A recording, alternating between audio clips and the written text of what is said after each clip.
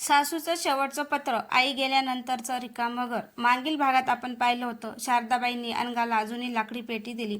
त्यात त्यांच्या आईच्या साडीचा तुकडा आणि अनघासाठी लिहिलेलं शेवटचं पत्र होतं. त्यांनी म्हटलं होतं, घर भिंतीने नाही तर एकमेकांना माफ करणाऱ्या मनाने टिकतं. आता पुढे. त्या रात्रीनंतर शारदाबाई खूप शांत झाल्या होत्या. अनघा त्यांच्या खोलीतच झोपली होती. रात्री मध्येच तिला जाणवलं की शारदाबाई तिच्या डोक्यावरून हात फिरवत आहे. ती अर्धवट झोपेत म्हणाली, आई झोपल्या नाहीत अजून? शारदाबाई हलकसं हसल्या. मुलींच्या डोक्यावरून हात फिरवायला आईला वेळ लागत नाही. अनघा पुन्हा त्यांच्या मांडीवर डोकं ठेवून झोपली. पहाट झाली. बाहेर पक्ष्यांचा आवाज येत होता. अनघा जागी झाली. तिने शारदाबाईंचा हात धरला, पण हात नेहमीसारखा उबदार नव्हता. ती घाबरली. आई? काहीच उत्तर नाही. तिने हलवून पाहिलं. आई उठा ना आई. तिचा आवाज थरथरू लागला. आर्या आणि आदित्य धावत आत आले.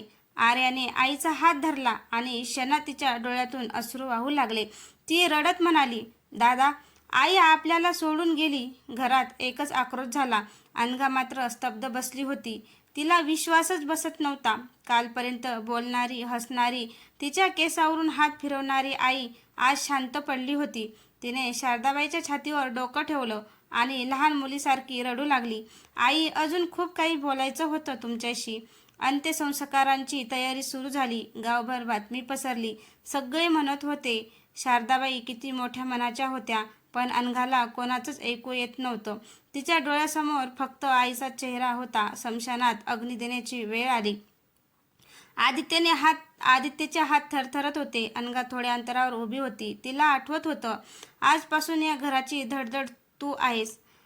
आजपासून या घराची धडधड तू आहेस. आईचे शब्द कानात घुमत होते. घरी परतल्यावर घर वेगळंच वाटत होतं. तीच भिंत, तोच देवघर, तीच खुर्ची, पण आई नव्हती. अनघा नकळत त्यांच्या खोलीत गेली. खुर्ची रिकामी होती. उशीत अजूनही चंदनाचा हलका सुगंध होता. ती उशी मिठीत घेऊन बसली आणि पुन्हा रडू लागली. तेवढ्यात छोटी अन्वी आत आली. आई, आजी कुठं गेली? अनघाचे अश्रू थांबले. तिने नातीला जवळ घेतलं. आजी देवाघरी गेली बाळा, अन्वी निरागसपणे म्हणाली. मग ती परत येणार ना? अनघा काही क्षण बोलूच शकली नाही.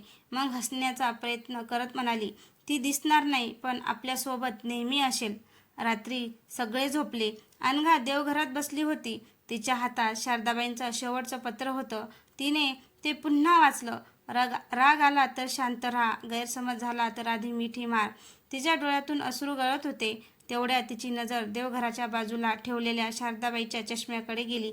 ती उठली, चष्मा हातात घेतला आणि अचानक तिच्या लक्षात आलं, चष्म्याच्या खाली एक छोटासा दुमटलेला कागद ठेवलेला होता. तिने तो उघडला. त्यावर फक्त एकच वळ लिहिलेली होती, अनघा, जर हे तुला माझ्या जाण्यानंतर सापडलं असेल तर समज की अजून एक सत्य तुला सांगायचं बाकी आहे. अनघाचा श्वास अडकला. आईने अजून कोणतं सत्य लपवून ठेवलं होतं? अनघाचे हात थरथरत होते. तिने कागद पुन्हा पुन्हा वाचला. अजून एक सत्य. आईने काय लपवलं होतं? तिच्या छातीत धडधड वाढली. तिने देवघराभोवती नीट पाहायला सुरुवात केली. चष्म्याच्या खाली आणखी काही नव्हतं. मग तिची नजर शारदाबाई रोज जिथे दिवा लावत होत्या त्या लहानशा लाकडी चौकटीकडे गेली. चौकटीच्या मागे हलकासा कागद दिसत होता. अनघाने काळजीपूर्वक तो बाहेर काढला. तो एक जुना लिफाफा होता. त्यावर शारदाबाईच्या हस्ताक्षरात लिहिलं होतं, फक्त अनघासाठी. अनघाच्या डोळ्यात पाणी आलं. ती खोली जाऊन शांतपणे बसली. हात जोडून तिने आईचा फोटो पाहिला. आई, आता तरी सगळं खरं सांगा. तिने लिफाफा उघडला. आज 4 पानाचं पत्र होतं. पहिल्याच वळीने तिचा श्वास रोखला. बाळा, तू या घरात सून म्हणून आलीस, पण तुला पहिल्या क्षणी मला माझी हरवलेली मुलगी दिसली होती. अनघा थपकली. हरवलेली मुलगी? पत्रात पुढे लिहिलं होतं, तुला माहिती नाही, पण माझ्या आयुष्यात एक मुलगी होती. आर्या नाही, त्या आधीची. तिचं नाव होतं आश्वी. अनघाच्या हातातून पत्र जवळजवळ खाली पडलं. तिला कधीच या मुलीबद्दल सांगितलं नव्हतं. शारदाबाई लिहित होत्या, आश्वी फक्त 5 वर्षाची होती. गावच्या जत्रेतल्या गर्दीत ती माझ्या हातातून सुटली आणि पुन्हा कधीच सापडली नाही. अनघाच्या डोळ्यातून अश्रू वाहू लागले. तिला अचानक समजलं, शारदाबाईच्या डोळ्यात नेहमी एक न सांगितलेली वेदना का असायची. पत्र पुढे होतं, त्या दिवसानंतर मी स्वतःला कधीच माफ करू शकले नाही. प्रत्येक जत्रेत, प्रत्येक गर्दीत, प्रत्येक लहान मुलीत मला माझी अश्वी दिसायची आणि जेव्हा तू पहिल्यांदा या घरात आलीस तेव्हा तुझ्या डोळ्यात मला तीच निरागसता दिसली. अनघा हुंदके देत रडू लागली. तेवढ्यात आदित्य खोलीत आला. अनघा, काय झालं?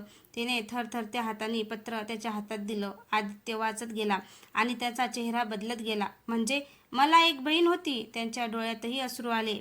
आईने आम्हाला हे कधीच सांगितलं नाही. पत्राच्या शेवटच्या भागात एक धक्कादायक ओळ होती. माझ्याकडे आश्वीबद्दलचा शेवटचा पुरावा अजूनही आहे. तो मी कपाटाच्या खालच्या गुप्त ड्रॉवरमध्ये ठेवला आहे. अनघा आणि आदित्य एकमेकांकडे पाहू लागले. दोघेही शारदाबाईंच्या कपाटाजवळ गेले. कपाटाच्या तळाशी खरंच एक लपलेला ड्रॉवर होता. आदित्यने तो उघडला. आत एक छोटंसं चांदीचं पैंजण, एक जुना फोटो आणि हॉस्पिटलची फिकट झालेली पावती होती. फोटो पाहताच अनघा थपकली. त्या लहान मुलीच्या गळ्यात एक विशिष्ट निळ्या मण्यांची माळ होती. अनघाच्या चेहऱ्याचा रंग उडाला. तिने हळूच स्वतःच्या गळ्यात हात घातला. तिच्याकडेही अगदी तशीच निळ्या मण्याची माळ होती, जी तिला लहानपणापासून होती, पण तिचा उगम तिला कधीच माहिती नव्हता. आदित्यने आश्चर्याने विचारलं, अनघा, तुझ्याकडे ही माळ कशी? अनघाचा श्वास अडकला. तिच्या मनात एक भयंकर शक्यता विजेसारखी चमकली. काय तीच हरवलेली आश्वी असू शकते? खोलीत एक विचित्र शांतता पसरली होती. अनघाच्या हातात ती निळ्या मण्याची माळ होती. आदित्यच्या हातात फोटो. दोघांच्याही नजरा एकमेकावर खिळल्या होत्या. अनघा, खरं सांग, ही माळ तुला कुठून मिळाली? आदित्यने थरथरत्या आवाजात विचारलं. अनघा काही क्षण शांत राहिली. मग हळूहळू बोलू लागली. मला लहानपणापासून ही माळ आहे. आई बाबा म्हणायचे. मला ती माझ्यासोबतच सापडली होती. आदित्य दचकला. सापडली होती म्हणजे? अनघाच्या डोळ्यात जुन्या आठवणी तरळल्या. मी खूप लहान होते. मला फारसं काही आठवत नाही. पण आईने एकदा सांगितलं होतं की त्यांनी मला पुण्याजवळच्या एका बालसंगोपन केंद्रातून दत्तक घेतलं. आदित्यचा श्वास अडकला. दोघेही तातडीने अनघाच्या आईकडे गेले. अनघाची आई त्यांना पाहूनच अस्वस्थ झाली. इतक्या रात्री काय झालं? अनघाने थेट प्रश्न विचारला. आई, मी तुमची जन्माची मुलगी आहे का? खोलीत एकदम शांतता पसरली. आईच्या हातातील पाण्याचा ग्लास थरथरला. तिने खुर्ची पकडली. डोळ्यात पाणी आलं. अनघा, कृपया खरं सांगा. आई रडू लागली. नाही बाळा, तू माझ्या पोटी जन्मलेली नाहीस. अनघाच्या डोळ्यातून अश्रू वाहू लागले. जरी तिला शंका होती तरी हे शब्द ऐकून खूप कठीण होतं. आई पुढे म्हणाली, आमचं लग्न होऊन अनेक वर्षे झाली होती, पण आम्हाला मूल होत नव्हतं. एका दिवशी आम्हाला फोन आला की एका छोट्या मुलीला बालसंगोपन केंद्रात आणलं आहे. तिच्या गळ्यात हीच निळ्या मण्याची माळ होती. अनघाच्या अंगावर काटा आला. तिचं नाव काय होतं? आदित्यने विचारलं. आईने डोळे पुसले. नोंदीत नाव स्पष्ट नव्हतं, फक्त आश असं काहीतरी लिहिलं होतं. आदित्य आणि अनघा एकमेकांकडे पाहू लागले. तुमच्याकडे त्या केंद्राची कागदपत्र आहेत का? अनघाने विचारलं. आईने जुनी फाईल बाहेर काढली. त्यात दत्तक प्रक्रियेची कागदपत्र होती. एका पानावर तारीख लिहिली होती, 15 ऑगस्ट 2001. आदित्यने लगेच शारदाबाईंच्या पत्रातील तारीख पाहिली. आश्वी हरवली होती 14 ऑगस्ट 2001. फक्त 1 दिवसाचा फरक. अनघाच्या पायाखालची जमीन सरकली. ती कुजबुजली. म्हणजे मीच आश्वी असू शकते. आईने तिला घट्ट मिठी मारली. तू कोणाचीही जन्माची मुलगी असली तरी माझ्यासाठी तू माझं हृदय आहेस. अनघा रडू लागली. दुसऱ्या दिवशी ते तिघेही त्या जुन्या बालसंगोपन केंद्रात गेले. इमारत आता अर्धवट मोडकळीस आली होती. एक वृद्ध महिला तिथे काम करत होती. तिने कागदपत्र पाहिले. मग अचानक तिचा चेहरा बदलला. ही मुलगी? तिने अनघाकडे पाहिले. मला आठवतंय. सगळे दचकले. त्या दिवशी पोलीस एका जत्रेजवळ रडणारी छोटी मुलगी घेऊन आले होते. ती सतत एकच शब्द म्हणत होती, आई, आई. अनघाच्या डोळ्यात अश्रू आले. वृद्ध महिला पुढे म्हणाली, तिच्या गळ्यात निळ्या मण्याची माळ होती आणि पायात फक्त एकच चांदीचं पैंजण. आधी तिच्या हातातील पैंजण खाली पडण्याची वेळ आली. म्हणजे तो थरथरत म्हणाला. वृद्ध महिला शांतपणे म्हणाली, हो, मला वाटतं हीच ती हरवलेली मुलगी आहे. अनघा जागच्या जागीच बसली. तिचं संपूर्ण आयुष्य डोळ्यासमोर फिरू लागलं. ती ज्या घरात सून म्हणून आली ते घर प्रत्यक्षात तिचंच जन्माचं घर होतं. आदित्यच्या डोळ्यातून अश्रू वाहू लागले. तो हळू आवाजात म्हणाला, अनघा, म्हणजे तू माझी पत्नीच नाही? तो थांबला. अनघा घाबरून त्याच्याकडे पाहू लागली. तो पुढे म्हणाला, तू माझ्या आईची हरवलेली मुलगी आहेस. हे शब्द ऐकताच अनघा पूर्णपणे कोसळली. तिच्या मनात एकच प्रश्न घुमत होता. जर मी आश्वी आहे तर शारदाबाईंना हे शेवटी कळलं होतं का? आणि त्यांनी मला सून म्हणून स्वीकारलं होतं की हरवलेली मुलगी म्हणून? घरी परतताना गाडीत पूर्ण शांतता होती. अनघा खिडकीबाहेर पाहत होती. तिच्या डोळ्यातून सतत अश्रू वाहत होते. आदित्य गाडी चालवत होता, पण त्याचे हात थरथरत होते. अचानक अनघा म्हणाली, आदित्य, जर हे सगळं खरं असेल तर आईने मला कधीच का सांगितलं नाही? आदित्यकडे उत्तर नव्हतं. तो फक्त एवढंच म्हणाला, कदाचित त्यांना शेवटी कळलं असेल. घरी पोहोचल्यावर आर्याने त्यांना पाहिलं. काय झालं? तुम्ही दोघे असे का दिसताय? आदित्यने तिला सगळं सांगितलं. आर्याच्या हातातून पाण्याचा ग्लास खाली पडला. म्हणजे वहिनीच आपली हरवलेली ताई असू शकते? ती रडू लागली. अनघा थेट शारदाबाईच्या खोलीत गेली. तिने आईचा फोटो हातात घेतला. आई, तुम्हाला माहिती होतं ना? तेवढ्या तिची नजर पलंगाखाली ठेवलेल्या जुन्या लोखंडी ट्रककडे गेली. ती ट्रंक तिने आधी कधी उघडली नव्हती. आदित्यने कुलूप उघडलं. आज जुने कपडे आणि फोटो आणि एक छोटी डायरी होती. डायरीच्या पहिल्या पानावर लिहिलं होतं, आश्वी परत आली आहे. अनघाच्या डोळ्यातून अश्रूंचा पूर आला. तिने थरथरत्या हातांनी पुढचं पान उघडलं. शारदाबाईंची हस्ताक्षर होती. आज अनघाने पहिल्यांदा मला आई म्हटलं. त्या क्षणी माझं हृदय थांबल्यासारखं झालं. तिच्या आवाजात मला माझ्या आश्वीचा स्वर ऐकू आला. अनघा हुंदके देत रडू लागली. डायरीत पुढे लिहिलं होतं. तिच्या गळ्यातील निळ्या मण्यांची माळ पाहून माझ्या मनात शंका आली. मी तिच्या दत्तक कागदपत्रांशी चौकशी केली. तारीख जुळत होती आणि मला समजलं, अनघाच माझी हरवलेली आश्वी आहे. खोलीत एकच शांतता पसरली. आदित्य स्तब्ध झाला. म्हणजे आईला हे खूप आधीपासून माहिती होतं? आर्या रडत म्हणाली. मग त्यांनी आम्हाला का सांगितलं नाही? अनघाने पुढचं पान वाचलं. तेथे शारदाबाईंनी लिहिलं होतं, हे सत्य सांगितलं असतं तर अनघाचं आयुष्य उद्ध्वस्त झालं असतं. ती या घरात सून म्हणून आली, पत्नी म्हणून जगू लागली. मी तिच्याकडून पुन्हा एकदा तिचं घर हिरावून घेऊ शकत नव्हते. अनघाच्या हातातून डायरी खाली पडली. तिला समजलं, आईने हे सत्य लपवलं, पण स्वार्थासाठी नाही, तिचं आयुष्य वाचवण्यासाठी. डायरीच्या शेवटच्या पानावर एक ओळ होती. ती ओळ वाचताच सगळ्यांच्या अंगावर काटा आला. जर हे सत्य माझ्या मृत्यूनंतर बाहेर आलं तर एक गोष्ट लक्षात ठेवा, अनघा आणि आदित्यच्या नात्याबद्दलचं अंतिम सत्य अजून कुणालाच माहिती नाही. आदित्यचा श्वास अडकला. अंतिम सत्य म्हणजे काय? अनघा थरथरत्या आवाजात म्हणाली. आई अजून काय सांगू पाहत होती. तेवढ्या टँकच्या तळाशी एक सीलबंद लिफाफा दिसला. त्यावर मोठ्या अक्षरात लिहिलं होतं, हे पत्र फक्त अनघा आणि आदित्यने एकत्र उघडावं. दोघांनी एकमेकांकडे पाहिलं. त्यांच्या हातात आता कदाचित त्यांच्या नात्याचं भविष्य होतं. अनघा आणि आदित्य पलंगाजवळ बसले होते. दोघांचेही हात थरथरत होते. लिफाफा त्यांच्या मधोमध ठेवलेला होता. आर्या शांतपणे बाहेर गेली. हे तुम्हा दोघांचं आहे, ती म्हणाली. काही क्षण दोघेही काही बोलले नाहीत. शेवटी आदित्यने हळूच शील तोडलं. आता एकच पान होतं, शारदाबाईंची हस्ताक्षर. अनघाने थरथरत्या आवाजात वाचायला सुरुवात केली. माझ्या अनघा, माझे आश्वी आणि माझ्या आदित्यला. तिचा आवाजच भरून आला. पत्र पुढे होतं. जर तुम्ही हे पत्र वाचत असाल तर सत्य तुमच्यासमोर आलं आहे. हो, अनघाच माझी हरवलेली मुलगी आश्वी आहे. दोघांच्या डोळ्यातून अश्रू वाहू लागले. मग ती ओळ आली ज्याने त्यांचं हृदय थरारलं. पण लक्षात ठेवा, अनघा आणि आदित्य यांच्यात रक्ताचं कोणतेही नातं नाही. आदित्यने डोळे मोठे केले. अनघाचा श्वास अडकला. शारदाबाई पुढे लिहित होत्या. अनघा माझी जन्माची मुलगी आहे, पण आदित्यचा जन्म माझ्या पोटी झालेला नाही. दोघेही स्तब्ध झाले. पत्रात पुढे लिहिलं होतं, आदित्यला मी आणि माझे पती एका अनाथालयातून दत्तक घेतलं होतं. तो फक्त 6 महिन्याचा होता. आम्ही त्याला आमच्या मुलासारखं वाढवलं. पण हे सत्य फार थोड्या लोकांना माहिती होतं. अनघाच्या हातातून पत्र खाली पडण्याची वेळ आली. म्हणजे ती कुजबुजली. आदित्यच्या डोळ्यातून अश्रू वाहू लागले. आपण जन्माचे भाऊ बहीण नाही. खोलीत एक विचित्र शांतता पसरली. शारदाबाईचं पत्र पुढे होतं. जेव्हा मला कळलं की अनघाच आश्वी आहे, तेव्हा माझ्यासमोर 2 रस्ते होते. एक सत्य सांगून तुमचं आयुष्य उद्ध्वस्त करणं, दुसरं शांत राहून तुमचं प्रेम आणि संसार वाचवणं. मी दुसरा रस्ता निवडला. अनघा रडू लागली. आईने सगळं एकट्याने सहन केलं. पत्रांच्या शेवटच्या ओळी सर्वात जास्त हृदयाला भिडणाऱ्या होत्या. अनघा, तू माझी हरवलेली मुलगी म्हणून परत आलीस, पण देवाने तुला माझ्याकडे सून म्हणून पाठवलं, कारण त्या रूपातच तू पुन्हा माझ्या आयुष्यात राहू शकलीस. आदित्य, तू रक्ताने नाहीस, पण माझ्या हृदयाचा मुलगा आहेस. आणि तुम्ही दोघं माझ्या आयुष्याची सर्वात मोठी अपूर्णता पूर्ण करणारी 2 माणसं आहात. दोघेही फुटून रडू लागले. वर्षानुवर्षे जे भय त्यांच्या मनात होतं ते एका क्षणात नाहीसं झालं. ते एकमेकांपासून दूर जाणार नव्हते. आदित्यने अनघाचा हात हातात घेतला. तू फक्त माझी पत्नी नाहीस, तू त्या आईचं शेवटचं स्वप्न आहेस. अनघा त्यांच्या मिठीत कोसळली. तेवढ्यात छोटी अन्वी धावत आत आली. आई बाबा तुम्ही दोघं रडत का आहात? दोघांनी पटकन अश्रू पुसले. अनघाने तिला मिठीत घेतलं. अन्वी निरागसपणे म्हणाली, आजी म्हणायची ना राग आला तर मिठी मारायची. हे ऐकताच तिघेही पुन्हा भावूक झाले. त्या रात्री अनघाने शारदाबाईच्या फोटोसमोर दिवा लावला.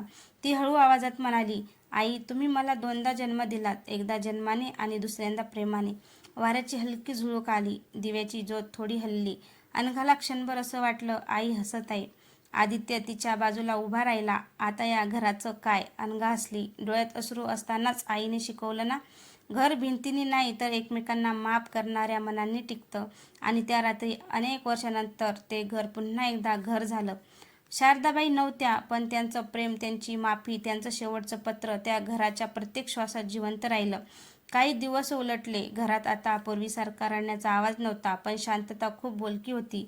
अनघा रोज सकाळी उठून सर्वात आधी शारदाबाईच्या फोटोसमोर दिवा लावत असे.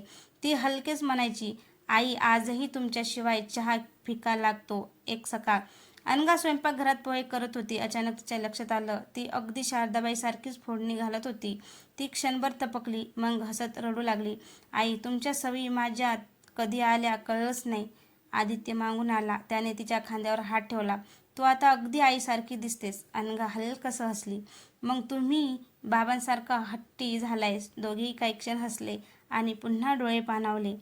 त्या दिवशी अन्वी शाळेतून आली. तिने बॅगेतून एक ड्रॉइंग काढली. चित्रात एक घर होतं. मध्ये अनघा, आदित्य, अन्वी आणि वर ढगांमध्ये हसणारी शारदाबाई. ही कोण? अनघाने विचारले. अन्वी निरागसपणे म्हणाली, आजीवरून आपल्याला बघते ना, म्हणून मी तिला आकाशात काढलं. अनघा तिला मिठीत घेऊन रडू लागली. रात्री आदित्यला शारदाबाईची डायरी पुन्हा सापडली. त्याने शेवटचं रिकामं वाटणारं पान उघडलं, पण प्रकाशात नीट पाहिल्यावर त्यावर फिकट शाईने काही शब्द दिसत होते. अनघाने काळजीपूर्वक वाचलं. माझ्या जाण्यानंतर घरात एक दिवस भांडण होईल, त्या दिवशी हे पान वाचा. दोघंही दचकले. पुढे लिहिलं होतं, जेव्हा आपलं माणूस आपल्याला दुखावतो तेव्हा आपण त्याला शिक्षा करायचा विचार करतो, पण लक्षात ठेवा, ज्याच्यावर प्रेम नसतं त्याच्यामुळे दुखतच नाही. म्हणून राग आला तर आठवा, समोरचा माणूस शत्रू नाही, तो तुमच्या आयुष्याचा भाग आहे. अनघा शांत झाली. आई गेल्यावरही आपल्याला शिकवत आहे. तेवढ्या दरवाजावर टकटक झाली. बाहेर गावातील एक वृद्ध गृहस्थ उभे होते. त्यांच्या हातात जुनी कापडी पिशवी होती. मी विजय कदम, ते म्हणाले. शारदाबाईंनी मला हे त्यांच्या मृत्यूनंतर अनघाला द्यायला सांगितलं होतं. अनघा आणि आदित्य एकमेकांकडे पाहू लागले. पिशवीत एक छोटी चांदीची पेटी होती. पेटी उघडताच आत एक जुना फोटो दिसला. फोटोत तरुण शारदाबाई एक लहान मुलीला मिठीत घेऊन हसत होत्या. फोटोच्या मागे लिहिलं होतं, माझी आश्वी, ज्या दिवशी ती हरवली त्या दिवशी मी जगणं हरवलं.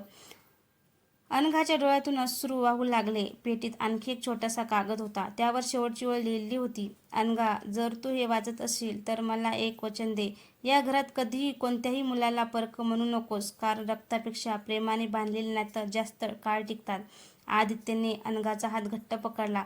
दोघांनी एकमेकांकडे पाहिलं. त्यांना समजलं, ही कथा फक्त सासू-सुनेची नव्हती. ही कथा होती हरवलेल्या मुलींची, दत्तक मुलांच्या प्रेमाची, माफीची आणि एका आईच्या न संपणाऱ्या ममतेची. त्या रात्री घराच्या अंगणात सगळे एकत्र बसले होते. आकाशात चंद्र शांत चमकत होता. अनघा हळू आवाजात म्हणाली, आई गेली नाही, ती आता आपल्या बोलण्या सवयीमध्ये आणि या घराच्या प्रत्येक कोपऱ्यात राहते. वाऱ्याची झुळूक आली. दिवा हलकासा लुकलुकला आणि सगळ्यांना एकाच वेळी असं वाटलं, शारदाबाई अजूनही त्यांच्या सोबत आहे.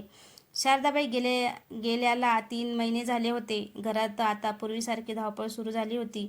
अनघा सकाळी स्वयंपाक करायची, आदित्य ऑफिसला जायचा आणि अन्वी शाळेत. पण एक गोष्ट बदलली नव्हती, देवघरातला तो दिवा. तो रोज शारदाबाईच्या फोटोजवळ तेवत असायचा. त्या दिवशी दुपारी जोरदार पाऊस पडत होता. अनघा खिडकीतून बाहेर पाहत होती. तेवढ्या दरवाजाची बेल वाजली. अन्वी, दार उघडू नको, मी येते, ती म्हणाली. दार उघडता समोर एक 60-65 वर्षाची स्त्री उभी होती. ओल्या साडीमध्ये, थकलेला चेहरा, पण डोळ्यात एक विचित्र ओळखीची भावना. तू अनघा आहेस? तिने थरथरत्या आवाजात विचारलं. अनघा दचकली. हो, पण आपण कोण? स्त्रीच्या डोळ्यात पाणी आलं. ती हळू आवाजात म्हणाली, मी तुला शेवटचं पाहिलं होतं तेव्हा तू फक्त 5 वर्षाची होतीस. अनघाच्या अंगावर काटा आला. आदित्यही बाहेर आला. कोण आहे? स्त्रीने स्वतःची ओळख सांगितली. माझं नाव मीनाक्षी आहे. मी त्या जत्रेत होते ज्या दिवशी आश्वी हरवली. घरात एकदम शांतता पसरली. अनघाचा श्वास अडकला. तुम्हाला माझ्याबद्दल कसं माहिती? मीनाक्षी आत बसली. तिचे हात थरथरत होते. मी खूप वर्षे हे सत्य मनात घेऊन जगले आणि शारदाबाईंनी मला वचन द्यायला लावलं होतं की योग्य वेळ येईपर्यंत मी कुणालाही काही सांगणार नाही. अनघाच्या डोळ्यात प्रश्नच प्रश्न होते. कोणतं सत्य? मीनाक्षीने पिशवीतून एक जुना फोटो बाहेर काढला. फोटो जत्रेतील गर्दी दिसत होती. एका कोपऱ्यात छोटी आश्वी म्हणजे अनघा रडताना दिसत होती आणि तिच्या जवळ एक तरुण स्त्री उभी होती. अनघा दचकली. ही कोण? मीनाक्षीच्या डोळ्यातून अश्रू वाहू लागले. ती मी आहे, आदित्यने गंभीर आवाजात विचारलं. मग त्या दिवशी नेमकं काय झालं होतं? मीनाक्षी थरथरत बोलू लागली. गर्दीत आश्वी हरवली तेव्हा मी तिला पाहिलं. ती खूप रडत होती. मी तिला उचलून पोलिसांकडे घेऊन जाणार होते. ती थांबली. अनघा पुढे झुकली. मग? तेवढ्यात गर्दीत एक अपघात झाला. लोक धावपळ करू लागले. माझ्या हातातून आश्वी पुन्हा सुटली. मी तिला शोधत राहिले, पण ती दिसली नाही. मीनाक्षी रडू लागली. मी जर त्या क्षणी तिचा हात घट्ट धरला असता तर ती कधीच हरवली नसती. अनघाच्या डोळ्यातही पाणी आलं. मग तुम्ही इतकी वर्ष शांत का राहिलात? मीनाक्षीने खाली मान घातली. कारण काही महिन्यांनी मला कळलं की एक मुलगी बालसंगोपन केंद्रात सापडली होती. मी शारदाबाईंना सगळं सांगितलं. त्या माझ्याकडे आल्या होत्या. आदित्य दचकला. आई तुमच्याकडे आल्या होत्या? हो, मीनाक्षी पुढे म्हणाली. त्यावेळी अनघाला दत्तक घेण्याची प्रक्रिया सुरू झाली होती. शारदाबाई तुटल्या होत्या, पण त्यांनी एक निर्णय घेतला. कुठला? अनघाने विचारला. मीनाक्षीने तिच्याकडे पाहिले. त्यांनी म्हटलं, जर माझी मुलगी दुसऱ्या घरात प्रेमाने वाढत असेल तर मी तिचं आयुष्य पुन्हा हादरवणार नाही. अनघा हुंदके देत रडू लागली. आईने मला दुरून जगू दिलं. तेवढ्यात मीनाक्षीने शेवटची गोष्ट सांगितली. शारदाबाई मला मृत्यूपूर्वी भेटली होती. त्यांनी एकच वाक्य म्हटलं. ती अनघाकडे पाहत म्हणाली, माझी आश्वी परत माझ्याकडे आली आहे. आता मला मृत्यूची भीती नाही. हे ऐकताच अनघा पूर्णपणे कोसळली. ती शारदाबाईच्या फोटोजवळ जाऊन बसली. आई, तुम्हाला शेवटी सगळं कळलं होतं आणि तरीही तुम्ही मला फक्त प्रेम दिलंत. रात्री पाऊस थांबला होता. घराच्या अंगणात ओलसर मातीचा सुगंध पसरला होता. अनघा शांत बसली होती. आदित्य तिच्या बाजूला आला. काय विचार करतेस? ती हलकस हसली. डोळ्यात अश्रू असतानाच मी सून म्हणून या घरात आले, पण आईने मला मुलगी म्हणून निरोप दिला. आदित्यने तिचा हात हातात घेतला आणि त्या क्षणी दोघांनाही जाणवलं, काही नाती जन्माने तयार होत नाहीत, ती आयुष्यभराच्या प्रेमाने पूर्ण होतात. तर मित्रांनो, तुम्हाला ही कथा कशी वाटली? कथा आवडल्यास लाईक, कमेंट, शेअर करायला विसरू नका. तसंच चॅनलवर कोण नवीन असेल तर चॅनलला सबस्क्राईब करा, जेणेकरून माझी येणारी प्रत्येक कथा तुमच्यापर्यंत पोहोचू शकेल. धन्यवाद.